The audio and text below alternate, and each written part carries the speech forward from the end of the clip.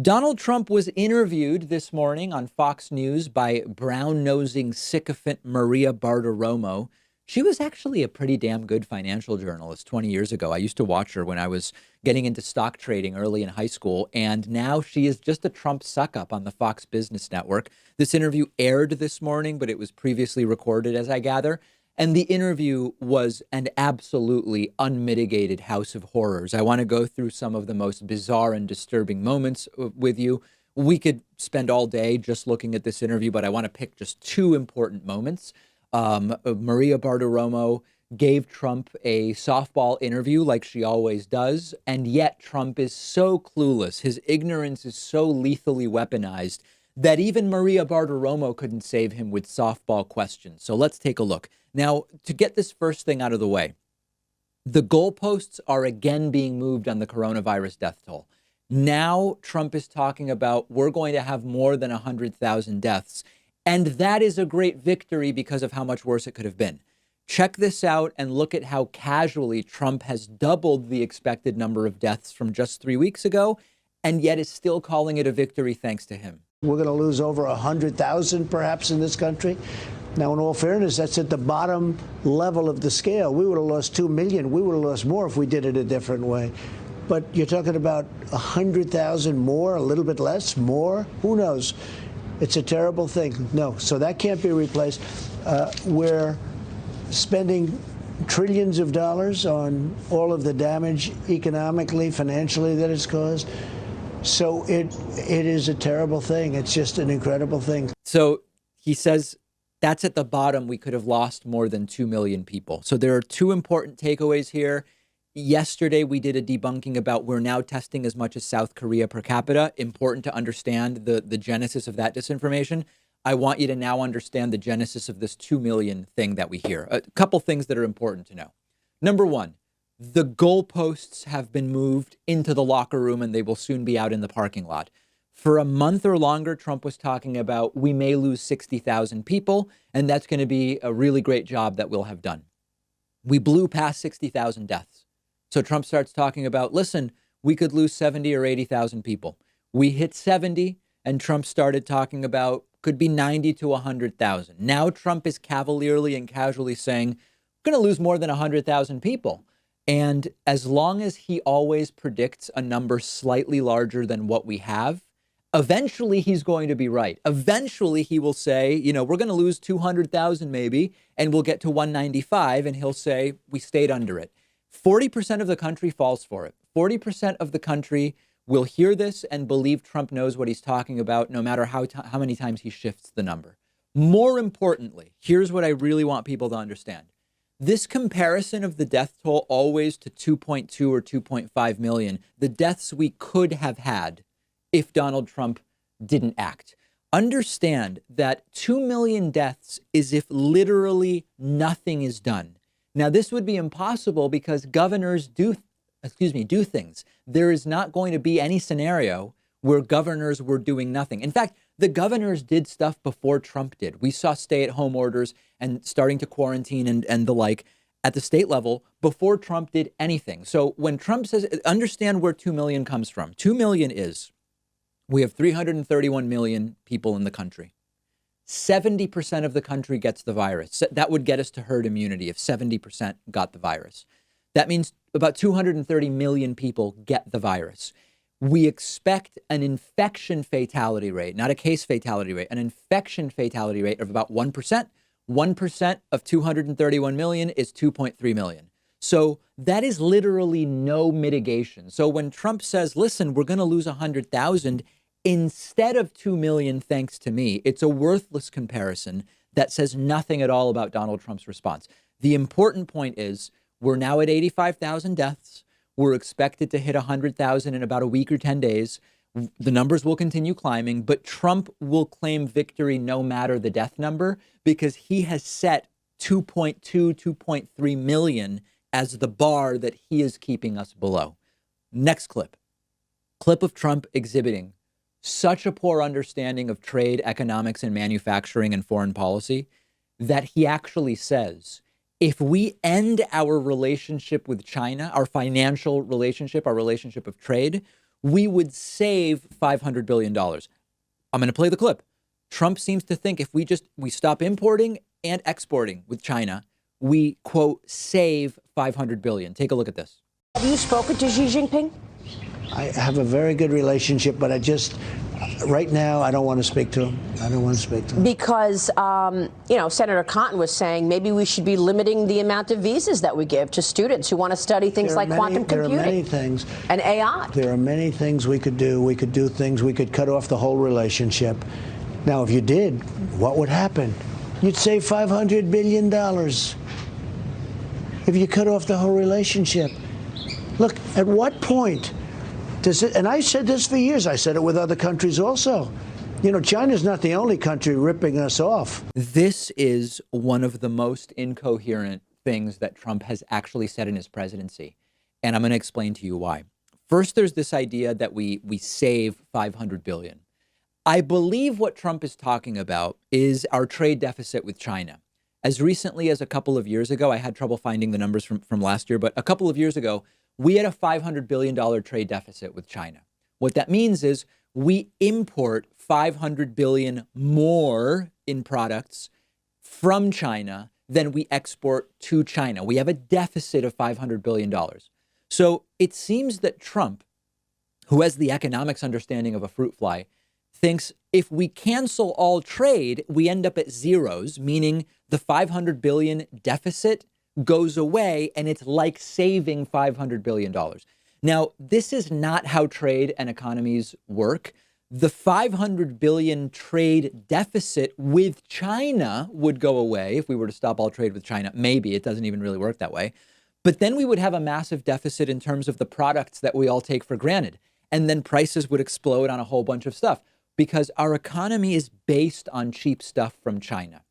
We would have to, there's a couple options. If we stop trade with China, on the one side, for importing, we either have to import from other countries the stuff we get from China, which just shifts the trade deficit, and it would explode demand for these products in the new countries we deal with, bringing up the prices. That doesn't sound too good for American businesses and individuals. If we decide to manufacture all of the stuff we get from China internally, I mean, it would be impossible, but imagine that we did. It would take years to build those supply chains, but imagine we did it. Stuff would cost way, way more because the reason we get these things from China is because they're cheaper and our economy is based on that. And then you also have to remember a ton of our businesses would fail. If we stop exporting to China, as Trump says, which would save us $500 billion, as he puts it, all of these American businesses that are exporting to China go under. What do you think the economic impact would be of that on employment, on disposable incomes, on the stock prices, as Trump might see it, of these companies? This is so absurd and crazy. And it is almost inconceivable that an American president would have such a lack of basic economic understanding. And Maria Bartiromo, through no fault of her own, she's a disastrous Trump brown-noser. Through no fault of her own, she has exposed Trump in this interview as completely and utterly clueless, not just on coronavirus, we knew that, but also clueless on economics to a degree that even those of us following this for the last few years would arguably be stunned and appalled by. No understanding whatsoever. We're going to have more about this on the David Pakman Show Instagram. That's David Pakman Show on Instagram. Also, on my personal Instagram, it is planting day today. We are past the frost here in Boston. Follow me at david.pakman on Instagram to follow the urban gardening adventure. A lot happening there in the next 24 hours. I'm going to come clean with you guys. I'm sick of being laughed at. Even though I didn't vote for the guy, I'm sick of being the laughing stock on this planet. The entire planet is laughing at us, making fun of us. We are the punchline of every global political joke because of Donald Trump. Now, his followers may not know or they may not care. Trump may keep telling himself and us that we are the envy of the world, including on our handling of coronavirus and testing and everything else. But it's not true. And I am really embarrassed by it because it's shameful to be this laughing stock. The whole world thinks we're a joke because Trump is a joke. Anne Applebaum writes that in China, the official Chinese news agency is pushing videos making fun of U.S. claims by Donald Trump that it's only a flu, claims that are embarrassing to go back and look at today. That video has gone viral. In Indonesia, they wrote in disbelief about Trump proposes disinfectant injection and UV rays to treat COVID-19. In France, reports say the rantings of Dr. Trump, ridiculing him once again. In South Africa, an article promotes the horrors of U.S. President Donald Trump, leaving people stunned and confused with his bizarre suggestion that disinfectant and ultraviolet light could be used to treat the virus. In Peru, a newspaper article called attention to Dr. Deborah Birx's visibly pained expression as Trump wondered aloud about bleach injections to treat coronavirus. And meanwhile, as the world laughs, Trump insists everybody looks up to us. Everybody looks up to him on coronavirus and testing and everything we're doing. Here is Trump at a recent event making this case. And we're going to do a job like nobody's seen before. And I spoke with Angela Merkel today. I spoke with Prime Minister Abe of Japan. I spoke with many of the leaders over the last 4 or 5 days. And so many of them, almost all of them, I would say all of them, not everybody want to admit it, but they all view us as the world leader, and they're following us. You look at what we've done with ventilators. We started. This is one of two things. Either a clueless person saying something that they believe to be true, which is was obviously not true, or it's gaslighting. It is making someone believe, it is making someone question the reality by telling them something that is completely disconnected from fact. If any of them are looking to us, if other countries are looking to the United States, it's to avoid doing what we did, because almost every country has handled coronavirus better than we have. Russia now is becoming a mess. It's a mess in Russia, and they're rapidly becoming one of the epicenters. Russia maybe handled this worse than the United States. We don't know yet. It's early. Brazil is becoming a major cesspool of coronavirus transmission. We know about Jair Bolsonaro's skeptical attitude towards the virus. India is growing a problem, not growingly, is increasingly a problem when it comes to the virus. We'll see if they are able to turn it around. But otherwise, everybody would be looking to us to not do what we've done. They're not impressed with us. We're not the leader here. They're laughing at us. Now, there's a new report which says it's actually worse than just laughter. Laughter would be one thing.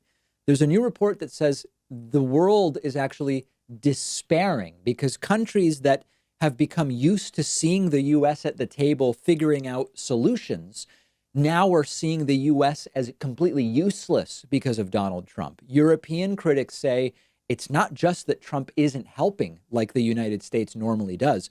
Trump is eroding respect for the United States and getting in the way of global cooperation and solutions. This has real world implications, and I want to be clear about that. This is not a ha-ha Trump segment. Our global position is being destroyed by this man. Electing Trump in 2016 instantly called into question the U.S. as being a serious country, but maybe it was a mistake. If Trump is re-elected, it will cement the United States as a joke, and there's no other way to say it. If that happens, we are going to have to face the reality that American voters are as much of a problem as Trump himself and the people Trump hires. Now, we've suspected this for a while. We've talked about it for a while. But it will be the last confirmation. If we reelect Donald Trump, we will know that the disaster actually afflicts 60, maybe even 70 million people who may vote for Trump in November of 2020. The world is laughing. A lot of people actually take pleasure in that. Trumpists who don't care about our reputation around the world, or they simply tell themselves our reputation is great. But this is not good, and it must be stopped. As many of you may know, I've been listening to the Howard Stern show for more than 20 years, and he has had recently increasingly interesting comments about Donald Trump, including this week. And the backstory is that Donald Trump and Howard Stern sort of used to be acquaintances. I don't know that I'd say friends, but Donald Trump would regularly appear on Howard Stern's show for years. He would say many outrageous things. He would rate women on scales from 1 to 10, all sorts of different stuff. They don't talk anymore. Howard Stern vociferously supported Hillary Clinton in 2016. And from what I gather, Trump and Howard Stern have not spoken since that time. And Howard Stern had an interesting take about the relationship between Trump and his own supporters when he did a show earlier this week on Sirius XM radio. And the gist of it is that Trump supporters are mostly people that Trump despises, bearing in mind that Donald Trump grew up rich in New York, and his supporters overwhelmingly are the types of folks that Trump would never want at Mar-a-Lago or at his own hotels or around him or whatever the case may be. That is the constituency that has disproportionately made up Trump's base. Rural, white, Midwestern and Southern Americans, for example. I think you get the gist of it. Doesn't apply to everybody, but let's check out the comments and then discuss. The oddity in all of this is the people Trump despises most love him the most. Think about it. The people who are voting for Trump, for the most part, they're not people he wants. Oh my God, he wouldn't even let them in a hotel. He'd be disgusted with them. He doesn't want it. You go look at Mar-a-Lago, see if there's any people that look like you. I'm talking to you in the audience. The Trump voter who, idolizes the guy. He despises you. Despises you. You're someone to grab by the pussy if you're hot. I know Donald. I know him very well. And I don't hate Donald. I hate you for voting for him. I don't hate Donald. Donald's doing his thing.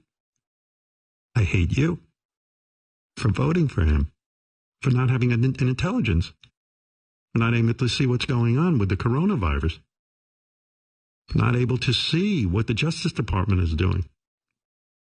I hate you. I don't want you here. I want to build a wall and throw you the out. I do. I'm for a wall. Not for the Mexicans. For you. That's how I feel.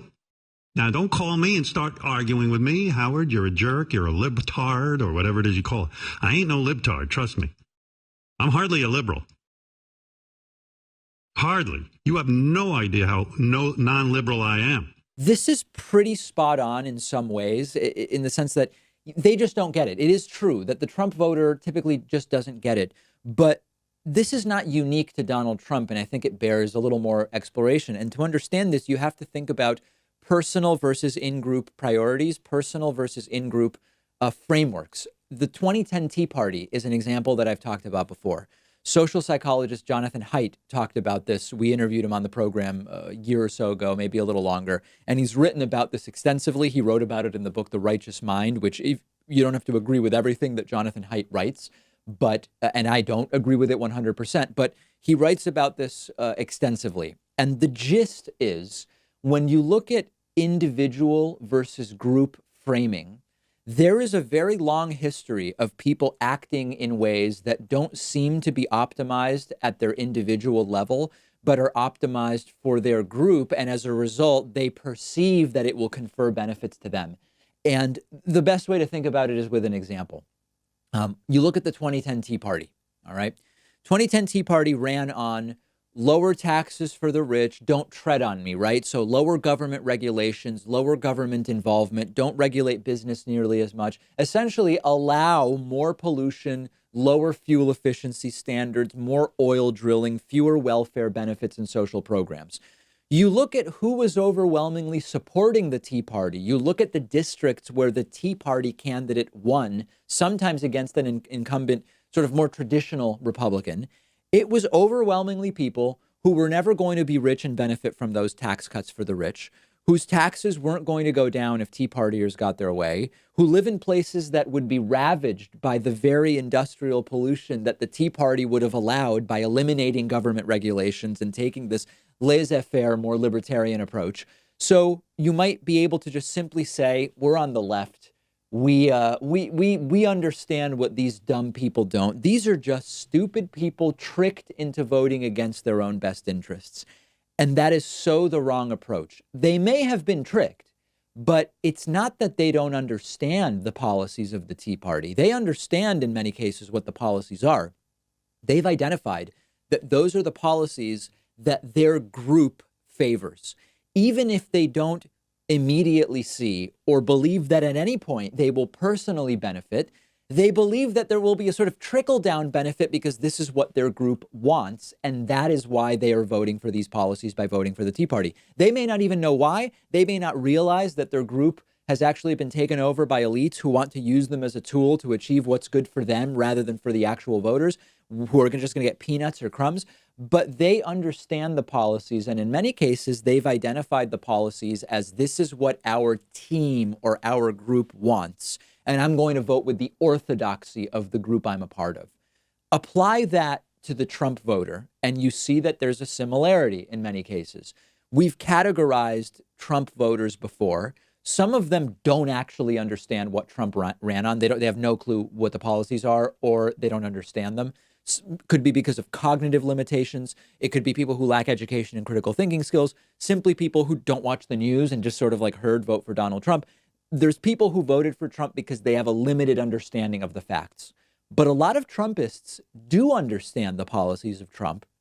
And even if they don't see how it helps them specifically, they're part of the group, except that the people really in Trump's group, which is what Howard Stern points out, are people who hang out at Mar-a-Lago. And a lot of these Trump supporters, I would say the overwhelming majority, are people that politics Trump would never be associated with, would be seeing as people that are fundamentally beneath him. Most Trump voters are people Trump wouldn't be caught dead with, except as part of a photo op or rally now that he's a politician.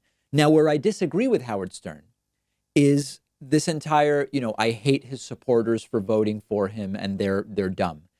That's an understandable, visceral reaction, particularly when you see the way that Donald Trump's presidency has ravaged so many aspects of society and culture and the economy and the U.S. standing around the world and on and on and on. But as a practical matter, it falls under the umbrella of what I'd call vote shaming.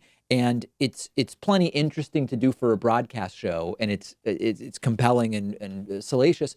But I don't think it's a good way to get people to reconsider their votes. Now, at the same time, I don't think that Trump is going to be defeated by convincing his supporters not to vote for him. I've said before, I don't believe that that's the strategy. I think the strategy is mobilize your key constituencies and get people out to vote who already agree with you. But that being said, I don't see any particular advantage to the approach of, if you voted for Trump, you're dumb and I hate you for it. Certainly, we should acknowledge that we believe it was a mistake. It was the wrong decision. But I don't know that there's much to gain from this general umbrella term of what I would call vote shaming, as much as it might be the obvious, visceral, emotional reaction on our side. We're going to keep talking about this and the other stories from today's show on the David Pakman Show Instagram at David Pakman Show. Also, yesterday on my Instagram, I showed everybody my cukes. I have a whole bunch of cucumber plants, which I thought were dead. I thought these seeds are dead. These aren't going to germinate. I've got no sprouts, but I have sprouts now. And I showed my sprouts to everybody yesterday. You can check it out on my Instagram at david.pakman. Nothing better than a coronavirus victory garden, as I'm calling it, even if the victory is going to take a while to get here. Check it out. We'll take a quick break and be back after this. Donald Trump's world is crumbling around him. He doesn't understand anything. He's furious all the time. He doesn't understand how viruses work, how vaccines work, how masks work, how Lysol and bleach and isopropyl alcohol work. And he spent his entire weekend tweeting everything from retweeting his own tweets to pushing QAnon conspiracy theories to attacking Barack Obama and the media. At one point, listen to these numbers. Trump sent 52 tweets and retweets in an hour. That is almost one tweet per minute.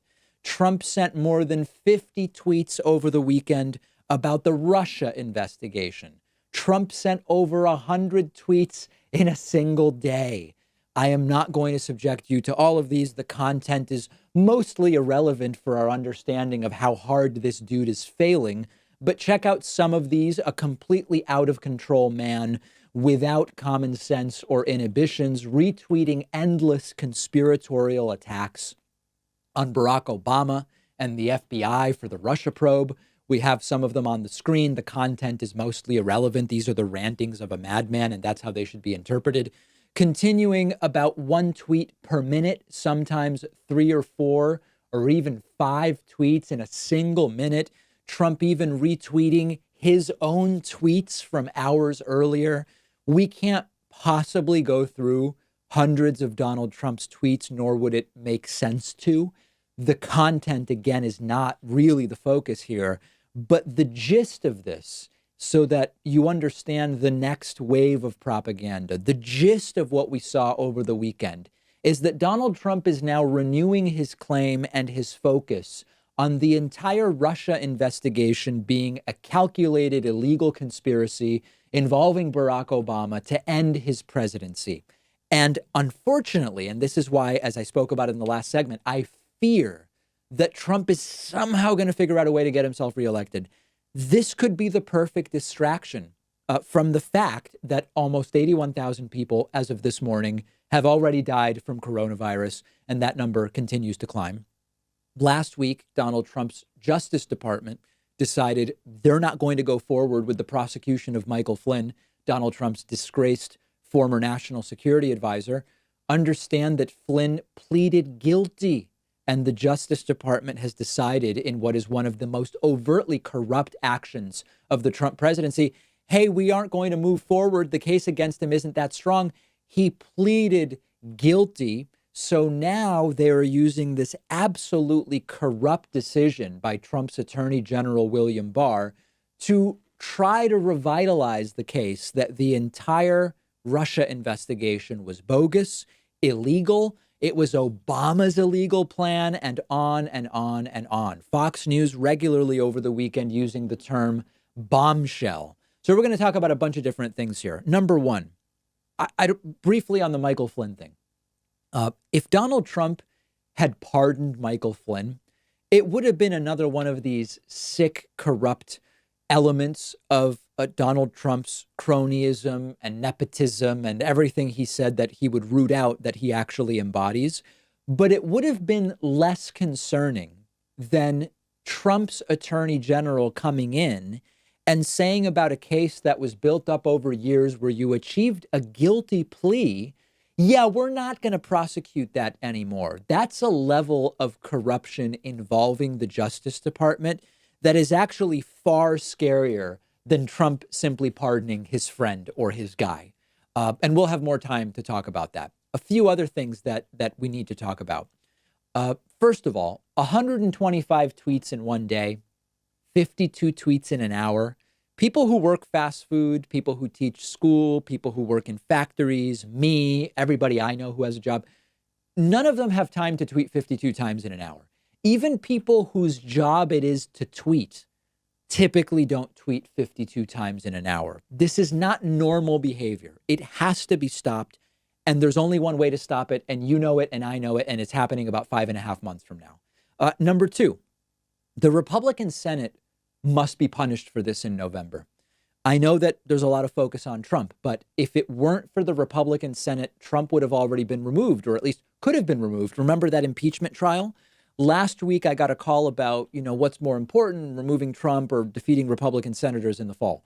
You get to vote in both. You don't have to pick. I'm voting in the presidential or I'm voting in the Senate election.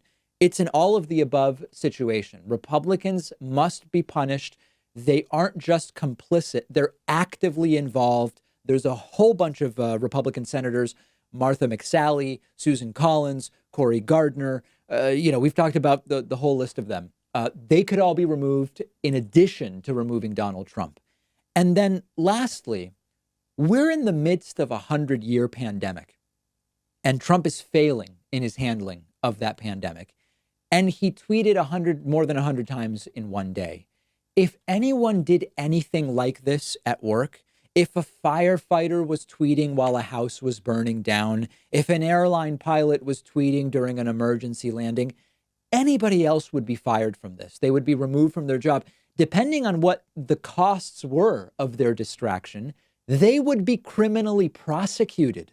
And we need to make sure that Trump is held accountable in the only possible way that he's going to be held accountable. I believe part of what might have set Trump off this particular weekend is Barack Obama lashing out at Trump about his handling of coronavirus. And that's what I want to talk about next. I've got a great little lesson for all of you today in historical revisionism and gaslighting put together. You might be familiar with Kayleigh McEnany. She's Donald Trump's latest press secretary. She has done a few press briefings lying regularly for Donald Trump. She says that Trump is the best president ever. She justifies anything he does and says. She's the epitome of a true brown-nosing sycophant. But she was not always like this as far as Trump is concerned, because back during the 2016 Republican primary, she said Trump is hateful and says racist things. We have the video. Let's take a look at it. How sick of polls are people in New Hampshire right now? Probably very sick, especially when they see that Donald Trump is number 2 and doesn't deserve to be there. The GOP doesn't need to be turning away voters and isolating them. We need to be bringing them into the tent. Donald Trump is the last person who's going to do that. Kayleigh, this is your guy. He's number 2 in the polls. Hey, I don't want to claim this guy. The fact that the Republican Party is now having to claim him is both unfortunate and, to me, inauthentic. What's the expiration date then on a racist statement? To me, a racist statement's a racist statement. I don't like what Donald Trump said. I don't like what Al Sharpton says. And at what point does it expire and become something that's in the past? Trump is racist. Trump is hateful. She doesn't like it. She doesn't like him. Now, here's the real payoff. Kayleigh was asked about these past statements by reporter Yamiche Alcindor during a recent press briefing, and her answer is the epitome of an Orwellian look the other way sort of answer. She says, I mistakenly thought Trump was racist because I was reading CNN headlines at the time. This is her explanation. Take a look at it. Question I have is, in 2015, shortly after the president said that some Mexican immigrants were rapists and criminals, you said that language was racist and hateful. Do you still believe that today? Well, I'm actually glad you asked that, because for about first 4 weeks of the election, I was watching CNN and I was naively believing some of the headlines that I saw on CNN. And reading headlines, that's fine. I just want to know if you also personally still believe that. I'm actually not going to read the headlines. So I very quickly came around and supported the president. In fact, CNN hired me. I was on many 8-on-1 panels where I proudly supported this president, who I believe is one of the best presidents, if not the best president this country will ever have. But I would encourage the individual who did that analysis of my past, rather than focusing on me, he really should be focused on some of the very guests CNN chose to have on their network. He should be focused on, over here, Jim Clapper, who said, 10 days before he privately told investigators there was no evidence of collusion. Okay, so her notes for this question include attacks on CNN guests, and we can stop it right there. Her argument is, when I said what I said about Donald Trump, when I said he was a hateful racist and all that stuff, I was wrong because I fell for CNN headlines. I no longer fall for CNN headlines like I did back then. How easy to trick her, though, right? Can she really be trusted if she so easily fell for supposedly fake headlines from CNN? And do we trust her judgment if she took a job with CNN, as she says, despite believing that they are fake news? Now, I really need you to understand something. Trumpists see that and they think it makes sense. Trumpists are thrilled with Kayleigh McEnany. They're gleefully cheering how she's been owning the media with these huge alpha takedowns of the biased fake news press corps.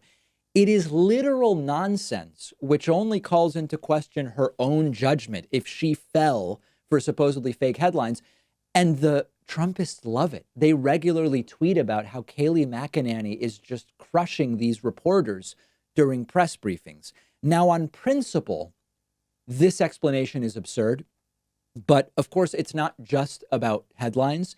She came up with these opinions on her own. It's not that she was repeating things. Like, I know you all know that it's a dumb explanation, but she was coming up with stuff on her own that was anti-Trump. I'll give you an example. On August 6th of 2015, she tweeted, "Everyone seems to have a plan except Trump," live during a Republican primary debate.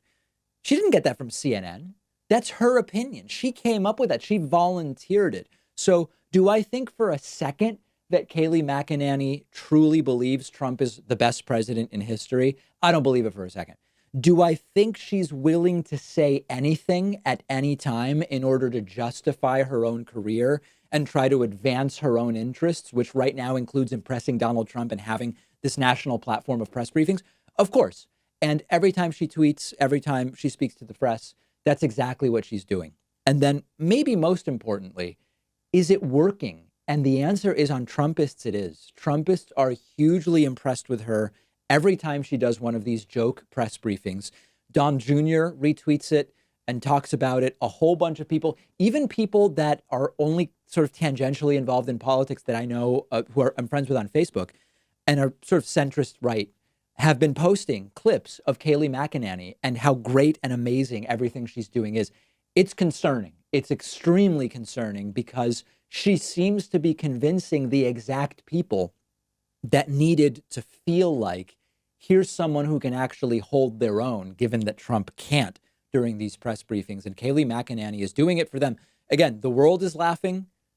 We on the left think it's absolutely crazy what she's doing, but the people she's trying to impress seem impressed, very much so. This is super interesting and maybe not completely surprising to you. White House data has now leaked, which shows that the White House knows that infections are spiking in rural Trump voting areas while they continue to decline in some of those early hit, disproportionately urban blue voting areas. And the growing political divide that has long permeated the country when it comes to attitudes towards coronavirus. As we know, Democrats much more likely to be taking the virus seriously than Republicans. Democrats much more likely to be staying at home than Republicans. Democrats much more likely to be wearing masks than Republicans. That now, which has been a political divide for some time, is being reflected in the case and death growth rates. Now, the Trumpists will say, listen, most of the deaths are still in blue areas, these liberal cities like New York City and the surrounding New Jersey towns and cities, Chicago, Detroit, Boston. Now, of course, those places also have in common that they are very dense cities with huge numbers of direct flights to and from China and Europe. So that explains why those places were early hubs and why they were places with significant infection early before we had any testing and before we knew much about the prevalence and the spread of coronavirus. But in terms of percentages, which is really where you have to look if you want to evaluate a virus, it's called viral spread for a reason. We are now seeing that most of those early hotspots on a percentage basis are actually on a decline. Whereas some of the fastest growth rate spots are, for example, Texas, Florida, and Georgia. Now, just to put some numbers to it, check out the case growth rates yesterday. These are not raw numbers. What you want to look at is the rate of growth, which is a trajectory, okay? You look at yesterday, Tennessee, Virginia, Texas, Georgia, and Florida all had dramatically larger case growth rates than Massachusetts and New York. Massachusetts right at 1%, New York at 0.43%. Tennessee, 3.5% growth rate yesterday. And so what you have to understand is that over time, the raw numbers are going to spike. You look at Tennessee in cases and you might say, oh, okay, well, they went from 600 to 650 cases. But if that rate continues, it becomes a huge hotspot very, very quickly. So that gets us to this leaked data. The White House has a number of slides which have leaked that show that this is a trend the White House is aware of. You've got rates decreasing in 14 states, rates increasing in 9 states, but 27 states don't even have enough testing yet that we can say for sure that all of the cases are even close to being counted accurately. But here's where it gets really interesting. The state level data may not really be enough to underscore this. Dr. Birx and others for a while now have been saying, we really need to look at counties. You need to look at counties to see what's going on. That helps us separate urban versus rural. It helps us separate parts of states from each other. It turns out that when you look at the county level, the biggest spikes are happening in rural Trump voting counties in places like Kansas and Tennessee. Some of those places have seen case growth rates of more than 1,000% in a single week. There are rural Trump counties in Missouri, Nebraska, Minnesota, Wisconsin, which lean heavily Trump. The counties do, where cases have grown 400%. All but one of the top 10 growth counties in the last week were Trump counties in 2016. Dr. John Ross, who's a professor at Harvard Medical School, tweeted about this saying, quote, "The fastest rising areas in the U.S. for COVID cases are very white and very Trumpy, according to this slide somebody leaked to NBC News." This is why I do not believe that Trump's strategy of just normalizing the deaths and pretending we've won is going to work. It could work for some time. There's no question about it, because right now the growth rates are very high in a lot of these Trump counties, but the raw numbers are still small. If you go from 100 to 200 new cases per day, it's a 100% increase, but it's still only 200 cases. It's not going to get as much attention, particularly when a lot of times people are sorting the data by most new cases today, which will favor states with larger populations and states with early infections. But if then you go from 200 new cases a day to 400 to 800 to 1,600, and then cumulatively, you're talking about a huge number of infections. So what that says to me is the Trump strategy of saying we won, we've prevailed, we're on the decline, we've got testing, we've got everything, the economy's going to reopen, third quarter will be transitional, fourth quarter is going to be amazing, 2021 is going to be the best in history, this type of stuff. It ignores that if these growth rates continue another 30 days, and we said this 10 days ago, and now a lot of these states are the leaders in growth rate, if it's another 30 days of this, you are going to have very red states that presumably local news is still going to report on cases and deaths. National news is going to point to these states as the new hotspots. I don't believe that it is viable for Trump to simply pretend everything is fine until November, if indeed these places continue spiking. Also interesting, somebody leaked this data.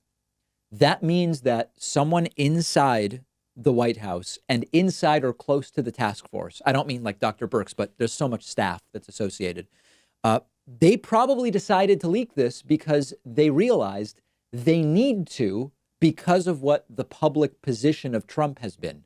You see Trump go out and say cases are going down everywhere.